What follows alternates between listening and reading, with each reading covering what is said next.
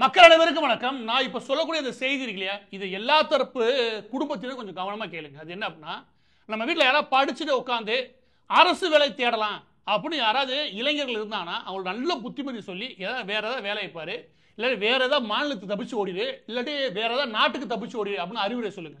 திமுக ஆட்சி அதிகாரத்தில் இருக்கிற வரைக்கும். ஏன் அப்படி சொல்கிறேன் அப்படின்னா, இங்கே அரசு வேலை இருக்கு இல்லையா, இந்த அரசு வேலைக்காக லாஸ்ட்டாக குரூப் 4 எக்ஸாம் அறிவிக்கிறாங்க. அதுல 12 லட்சம் இளைஞர்கள் அப்ளை பண்றாங்க. 12 லட்சம் இளைஞர்கள் இங்க இந்த ஒரு அரசு வேலை கிடைக்காதா, அதுக்காக எனக்கு தெரிஞ்சு தமிழகம் முழு 10 லட்சம் பேரா இதுக்காக தயாராகிறாங்க. அரசு வேலைக்கான ஏதாவது ஒரு அறிவிப்பு வராதா, அதுல எழுதி ஏதாவது ஒரு அரசு துறையில ஏதாவது ஒரு வேலைக்கு போயிட மாட்டோமா அப்படின்னு 10 லட்சம் பேர் எப்போதும் முழு நேரமா படிப்பும் கையுமா தீரான்னு வச்சுக்கோங்க. இந்த இளைஞர்கள் வாழ்வையெல்லாம் எனக்கு அந்த ஒட்டுமொத்த கனவையும் நாசம் பண்ற வேலையை தான் திமுக அரசு பண்ணுது. அதுக்கு மிக முக்கியமான எடுத்துக்காட்டு இது. அது என்ன கேளுங்க, என்ன அப்படின்னா, தமிழ்நாட்டில் municipal administration and water supply அப்படின்னு ஒரு டிபார்ட்மெண்ட் இருக்கு. நகர்ப்புற நிர்வாகம் மற்றும் தண்ணீர் வழங்கல் இந்த துறையோட பேர். இந்த துறைக்கு கீழே ஒரு வருஷத்துக்கு முன்னாடி, ஏறக்குறைய ஒரு வருஷத்துக்கு முன்னாடி 2538 பணி இடங்களுக்கு இங்க இருக்கக்கூடிய வேலை தேடக்கூடிய இளைஞர்கள் அப்ளை பண்ணுங்க அப்படின்னு சொல்லி ஒரு 1.5 வருஷத்துக்கு முன்னாடி திமுக அரசு அறிவிக்குது. இந்த குறிப்பிட்ட வேலைக்காக சுமார் தமிழகம் முழுவதும் 2 லட்சம் இளைஞர்கள் அந்த குறிப்பிட்ட ஜாப்காக அப்ளை பண்றாங்க. அதற்கு கீழே 4 பணியிடங்கள் நிரப்புறாங்க. 4 வகையில். ஒன்று அசிஸ்டன்ட் இன்ஜினியர், அதுக்கப்புறம் ஜூனியர் இன்ஜினியர், அதுக்கப்புறம் டவுன் பிளானிங் ஆஃபீஸர்ஸ், அதுக்கப்புறம் சில ஆஃபீஸர்ஸ் வச்சுக்கோங்க. மொத்தம் 4 பிரித்து அதில் அரசு வேலை கிடைக்கும். எத்தனை? 2538. ஒவ்வொரு போஸ்ட்டுக்கும் 35 லட்சம் ரூபாய். 35 லட்சம் ரூபாயை வாங்கிட்டு அந்த இடத்த நிரப்பியிருக்காங்க. இதான் இப்போ பூதாகரமாக வெடிச்சு வெளியே வந்துக்கூடிய விஷயம். எவ்வளவு? ஒரே ஒரு கேண்டிடேட்டுக்கு சும்மா 35 லட்சம் ரூபாய் வாங்கியிருக்காங்கன்னா, இந்த 2538 போஸ்ட் இதில் எத்தனை உண்மையா போச்சு, இதில் எத்தனை போலியா போச்சு, இந்த கணக்கு அடுத்து வரலாம்னு வச்சுக்கோங்க. விசாரணையின் முடிவுலாம் தெரியும். ஆனால் நடந்தது உண்மை. இதில் 35 லட்சம் ரூபாய் ஆனால் வச்சுக்கோங்க. சுமார் இந்த குறிப்பிட்ட ஒரே ஒரு அறிவிப்பில் 2538 போஸ்ட்டுகளை இதுக்கு மட்டும் திமுக அரசாங்கம் வசூல் பண்ண தொகை இருக்கு இல்லையா, அந்த வசூல் பண்ண தொகையோட அளவு மட்டும் 888 கோடி. ஏறக்குறைய 888 கோடியை வசூல் பண்ணிட்டு வாயில போட்டு இதை தகுதியான இளைஞர்களுக்கு கிடைக்கணும், அவங்களுக்கு கிடைக்க விடாம ஒரு தேர்வு நடத்துகின்ற பேரில் அதை வச்சு மாணவர்களை ஏமாத்தி ஒரு கவர்மெண்டே சீட்டிங், ஒட்டுமொத்தமாக சீட்டிங் எல்லா வேலையும் பார்த்துட்டு அதை யார் யார் காசு கொடுத்தாலும் அவனுக்கு நிரப்பியிருக்காங்க. இதனால தான் நான் முதல் சொன்னேன், யாராவது வேலை தேடன்னு வச்சுக்கோங்க, அதுவும் அரசு வேலை தேடன்னு நல்ல புத்திமதி சொல்லி இவங்க இருக்கிற வரைக்கும் திறமையான நபர்களுக்கோ இல்லாட்டி நீ படிச்சு உழைச்சு போனே வர முடியாது. காசு இருக்கிற காசு யாராவது மந்திரியோட மச்சினிச்சு அவன் மச்சினே அவனா இருப்பான், அவனை பிடிச்சி எங்கிட்ட போய் 35 லட்ச ரூபாய் இவன் வாயில தள்ளு, அதுக்கப்புறம் நமக்கு வேலை கிடைக்கும் அப்படின்ற அளவில் இருக்கிறவங்க மட்டும் தான் இங்கே வேலை கிடைக்கும். நேர்மைக்கும் இங்கே திறமைக்கும் இங்கே வாய்ப்பே கிடையாது. எனவே தப்பிச்சு நாட்டை விட்டு ஓடிடுறது நல்லது. இப்போ இது வெறும் குற்றச்சாட்டா? இந்த குற்றச்சாட்டை நாம சொல்றோமா? கிடையாது. ஒரு வாரத்துக்கு முன்னாடி என்ஃபோர்ஸ்மெண்ட் டைரக்டரேட் அமலாக்கத்துறை என்ன பண்றாங்கன்னா, தமிழ்நாடு போலீஸ்க்கு விளங்கின மாதிரி தான் இருக்குன்னு வச்சுக்கோங்க, தமிழ்நாடு போலீஸ்க்கு ஒரு 256 பக்கத்தில் ஒரு முக்கியமான அறிக்கை ஒன்று கொடுக்குறாங்க. அதன் அடிப்படையில் நீங்கள் நடவடிக்கை எடுக்கணும். அது தமிழ்நாடு காவல்துறைக்கு அந்த அறிக்கையினுடைய ஒரு பக்கம் வச்சிருக்கேன்.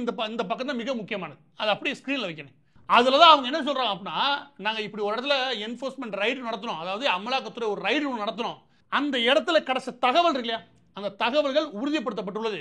அந்த தகவலின் அடிப்படையில் எங்களுக்கு நல்லா தெரிய விஷயம் என்ன அப்படின்னா, இந்த municipal administration and water supply இருக்கு இல்லையா, நகர்ப்புற நிர்வாகம் மற்றும் தண்ணீர் வழங்கத்துறை, இதில் 2538 போஸ்ட் நிரப்புறதுக்கு ஒரு அறிக்கை கொடுத்தீங்களே, அதில் ஊழல் நடந்திருக்கு. அதில் காசை வசூல் பண்ணியிருக்கானுங்க. வசூல் பண்ணி முக்கியமான ஆளுங்க மூலமாக பிரிச்சிருக்கானுங்க. அதுக்கான எவிடன்ஸ்லாம் இருக்குது. இதற்கு கீழே நடவடிக்கை எடுங்க. யாரு? தமிழக காவல்துறை நடவடிக்கை எடுங்க அப்படின்னு சொல்லி அனுப்பியிருக்காங்க. இந்த நடவடிக்கை எடுக்கன்னு ஏன் கேட்குறாங்க? அமலாக்கத்துறைக்கு என்ன பவர்? இதெல்லாம் நான் அப்புறம் வரேன். இப்போ இதை எப்படி அமலாக்கத்துறை கண்டுபிடிச்சு?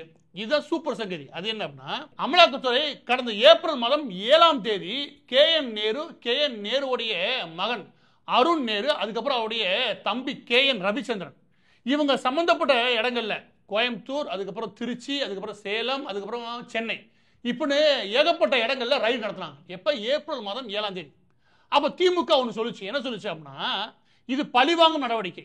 12 வருஷத்துக்கு முன்னாடி ஒரு கேஸுங்க, திடீர்னு எங்கேருந்து முழிச்சு வந்து ரைடு நடத்துறாங்க அப்படின்னு வியாக்கியம் பேசிச்சு திமுக. ஆனா உண்மை என்னன்னு கேளுங்க, அப்பதான் இது எந்த அளவுக்கு திருட்டு வேலை பார்க்குறேன்னு தெரியும். அது என்ன அப்படின்னா, 2013 நேரு அவர்களுடைய கே.என். நேரு அவர்களுடைய சகோதரர் ஒரு குறிப்பிட்ட நிறுவனத்தை வச்சு அதன் பேர்ல நான் என்ன பண்ணேன்னா, காட்டாலை மூலமாக நான் மின்சாரம் தயாரிக்க போறேன். யார்? நீங்களே.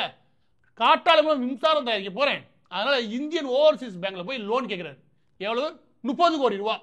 அந்த லோனை வாங்கி, அந்த குறிப்பிட்ட நிறுவனத்துக்கு லோனை வாங்கி அந்த லோனை எப்படி உடனடியாக மாத்துறாரு அப்படின்னா, அவருக்கு கீழே இருக்கக்கூடிய இன்னும் பினாமி நிறுவனம் கூடிய ட்ரூ வேல்யூ ஹோம் டிவிஹெச்னு ஒரு நிறுவனம், அந்த நிறுவனத்துக்கு மாத்துறாப்ல 36 கோடி. அப்படியே அந்த நிறுவனத்துல இருந்து செல் கம்பெனியா, இவங்க இருக்கக்கூடிய செல் கம்பெனிஸ், அதாவது பேருக்கு கம்பெனி ரிஜிஸ்டர் பண்ணி வச்சிருக்கேன், அந்த நிறுவனங்களுக்கு ஸ்ரீ பாலாஜி ட்ரேடர்ஸ், அப்புறம் மார்க் கிரீன் டெவலப்பர்ஸ், இப்படின்னு ஒரு 3 நிறுவனங்களுக்கு அந்த 36 கோடி அப்படியே மாற்றி விடுறாங்க. அதை வாயில போட்டான்னு வச்சுக்கோங்க. வாங்கின காசை கொடுத்தியா அப்படிங்கிறது இந்தியன் ஓவர்சீஸ் போய் கேட்க எதுவும் கட்ட முடியாது, கையை விரிக்க. அதுவும் பொறுத்து பார்த்துட்டு இது ஆவர கதை இல்லை அப்படின்னு சொல்லிட்டு அவங்க தனியாக ஒரு இன்ஸ்பெக்ஷன் வச்சு அவங்க விஷயங்களை கண்டுபிடிச்சு அதன் கீழே எஃப்ஐஆர் ஃபைல் பண்ணுங்கன்றாங்க. இது வாங்கின நூல் 12 வருஷம் முன்னாடி. ஆனால் எஃப்ஐஆர் ஃபைல் ஆனது 2021. திமுக என்ன 12 வருஷத்துக்கு முழுக்க வாங்கின நோடு திடீர்னு ரைடு வரலாமா அப்படின்னு வாய்க்கிலேயே பேசுறானா, அதுவும் வக்கீல வச்சு பேச வைக்கிறாங்க. அது கேஸை ஃபைல் பண்ணது 2021. அந்த எஃப்ஐஆரின் அடிப்படையில் தான் என்ஃபோர்ஸ்மெண்ட் டைரக்டர் இடி என்ன பண்றாங்க அப்படின்னா, அமலாக்கத்துறை இந்த ரைடை மேற்கொள்றாங்க. சரி, இது புரிஞ்சுதா? இதுல இருக்க திருட்டுத்தனம், இதுல கொடுமை என்ன தெரியுமா? எதுக்காக வாங்கினாங்க? நாங்க காற்றாலை மூலமா மின்சார தேவைப்படும், அதுக்கான ஒரு சின்ன நட்டை கூட எடுத்து போடல, எந்த வேலையும் பார்க்கல. அப்ப பேங்கை ஏமாத்தின திட்டமிட்டு வாங்கிருக்காங்க, தெரியுதா? இதை வாங்கி எங்க போட்டாங்க, வாயில போட்டாங்கன்ற அடுத்த கதை வச்சுக்கோமே. இதுதான் இருக்கக்கூடிய குற்றச்சாட்டு. இந்த குற்றச்சாட்டின் அடிப்படையில் அமலாக்கத்துறை வந்த போது கிடைச்ச ஆவணங்கள் இருக்குல்ல, அதுல எதை கண்டுபிடிக்கிறாங்க? சுமார் 2538 பதவிகளுக்கான, அரசு பதவிகளுக்கான அந்த குறிப்பிட்ட அறிக்கையில தேர்வு நடந்து முடிஞ்சிருக்கு. அதுல யார் யாரை போடணும்னு ஒவ்வொரு நபரும் 35 லட்சம் ரூபாய் வாங்கிருக்காங்க அப்படின்ற முக்கியமான ஆதாரத்தை கண்டுபிடிச்சிருக்கு இது அமலாக்கத்துறை. இப்ப முக்கியமான கேள்விக்கு வரேன். அது என்ன அப்படின்னா, அமலாக்கத்துறையை நடவடிக்கை எடுக்கலாமே அப்படின்னு. அமலாக்கத்துறையை பொறுத்த வரைக்கும் ஒரு எஃப்ஐஆர் இல்லாம அவங்க நடவடிக்கை எடுக்க முடியாது. இந்த எஃப்ஐஆர் பதிகிறது அந்தந்த மாநிலங்களுக்கு கீழே இருக்கக்கூடிய காவல்துறை எஃப்ஐஆர் ஃபைல் பண்ணும். அந்த எஃப்ஐஆரின் அடிப்படையில் தான் அவங்க அதுல மணி லாண்டரிங் இல்ல பிற தகவல் இருக்குல்ல, அதுக்காக உள்ள வர முடியுமே தெரியுது. அமலாக்கத்துறையினால ஒரு எஃப்ஐஆர் ஃபைல் பண்ண முடியாது. எனவே அவங்க என்ன பண்றாங்கன்னா, அப்ப எஃப்ஐஆர் ஃபைல் பண்ணுங்கன்னு கேட்க முடியுமா? அதுவும் கேட்க முடியாது. ஆனா ஒண்ணு செய்ய முடியும். அது என்ன அப்படின்னா, இன்னைக்கு திமுக வந்து வேற விதமா போய் எப்படியும் நீதிமன்றத்தை உருட்டுவானுங்க. அது என்ன அப்படின்னா, இந்த மணி லாண்டரிங் கேஸ் இல்லையா, அதாவது கருப்பு பணத்தை நல்ல பணமா மாத்துற இல்லையா, இதுக்கான தடை சட்டம் ஒன்று இருக்குது. அந்த சட்டத்தில் செக்ஷன் 66/2, அதாவது செக்ஷன் 66க்கு கீழே ஒரு முக்கியமான விஷயம் ஒன்று இருக்குது. அதை இடி ஃபாலோ பண்ணி ஆகணும். அது என்ன அப்படின்னா, அவங்களுக்கு ஏதாவது புதுவிதமா அந்த ரைடில் ஏதாவது தகவல் கிடைச்சதுன்னா, அது மிக முக்கியமானது தெரிஞ்சதுன்னா, அது உரிய அந்த கன்சர்ன் டிபார்ட்மெண்ட்டுக்கு கண்டிப்பாக தெரிவிக்கணும். தெரிவித்து அதன் மீது நடவடிக்கை எடுக்க சொல்லி கேட்டுக்கணும். இது அமலாக்கத்துறையோட கடமை. நம்ம வேற எதுக்கோ போய் ரைடு நடத்திருப்போம், ஆனால் அந்த இடத்துல வேற ஒரு தகவலும் சேர்த்து கிடைச்சுன்னா அதை கண்டுக்காம விட்டுறக்கூடாது. அதை உரிய துறைக்கு கொடுத்து அது மீது நடவடிக்கை எடுக்க சொல்லி கேட்டுக்கணும். அதை தான் இப்போ அமலாக்கத்துறை கேட்டுக்கு. என்னது, இந்த மாதிரி அரசு வேலைன்ற பேரில் எல்லாத்தையும் சீட்டிங் நடந்திருக்குது, ஊரெல்லாம் ஏமாத்திருக்கானுங்க, ஏமாத்தி ஒவ்வொரு போஸ்ட்டுக்கு 35 லட்சம் வாங்கியிருக்காங்க, கொஞ்சம் என்னன்னு பாருங்க பாஸ் அப்படின்னு சொல்லி யாருக்கு? தமிழக காவல்துறைக்கு அனுப்பியிருக்கு. இது எந்த லட்சத்தில் போய் முடியுன்றது அடுத்த கதை. ஆனா இதுல அந்த குறிப்பிட்ட பக்கம் இருக்குல்ல, அதுல இருக்கிற தகவல்கள் மிக முக்கியமானது. அதுல என்ன நடந்திருக்கிறதாக அமலாக்கத்துறை சொல்லுது அப்படின்னா, இதுல 8வது பாயிண்ட்ல என்ன சொல்றாங்க அப்படின்னா, இதுல வெறும் ஊழல் மட்டும் கிடையாது. அவங்க முக்கியமான 3 விஷயங்கள் சொல்றாங்க. வெறும் ஊழல் மட்டும் கிடையாது, ஊழல் மிகப்பெரிய லெவலில் நடந்திருக்கு, அதுல மாற்று கருத்தே கிடையாது. ஆனா இவங்க ஊழல் பண்ணோட சேர்த்து எக்ஸாம் நடத்துறேன்னு சொல்லிட்டு ஊரை ஏமாத்திருக்காங்க.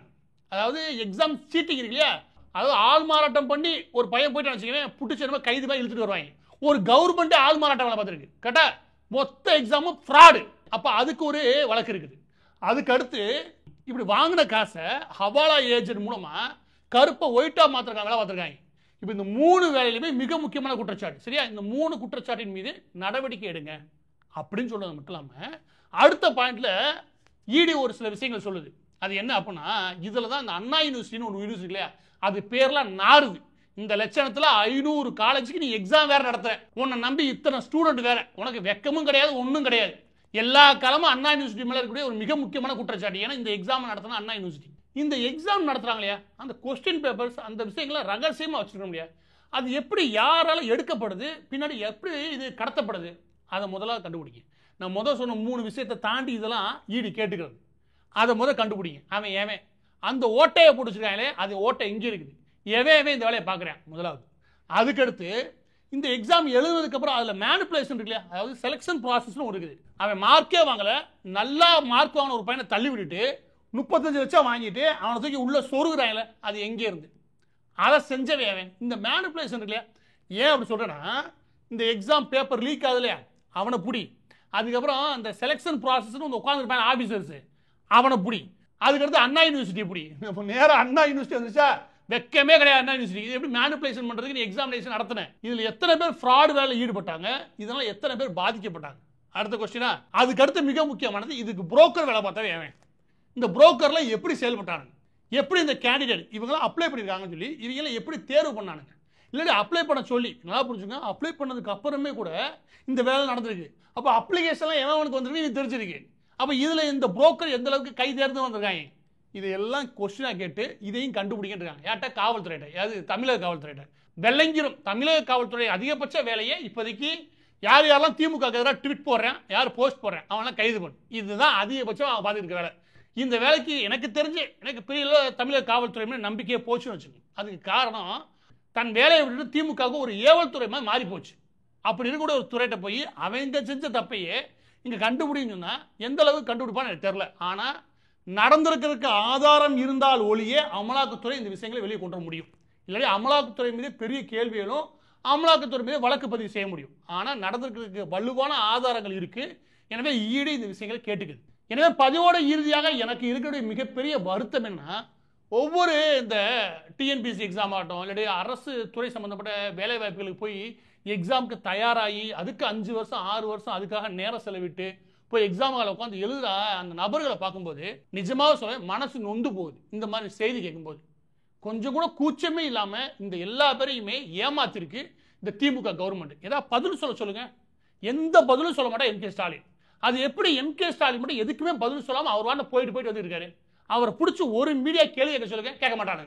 இவ்வளோ பெரிய குற்றச்சாட்டு வந்திருக்கு. எந்த செய்தி ஊடகம் ஃபிளாஷ்ல போட்டு தலைப்பு செய்தியா போட்டு இல்லாட்டி விரைவு செய்திகள் போட்டு இன்னைக்கு விவாதம் பண்ணணுமா இல்லையா?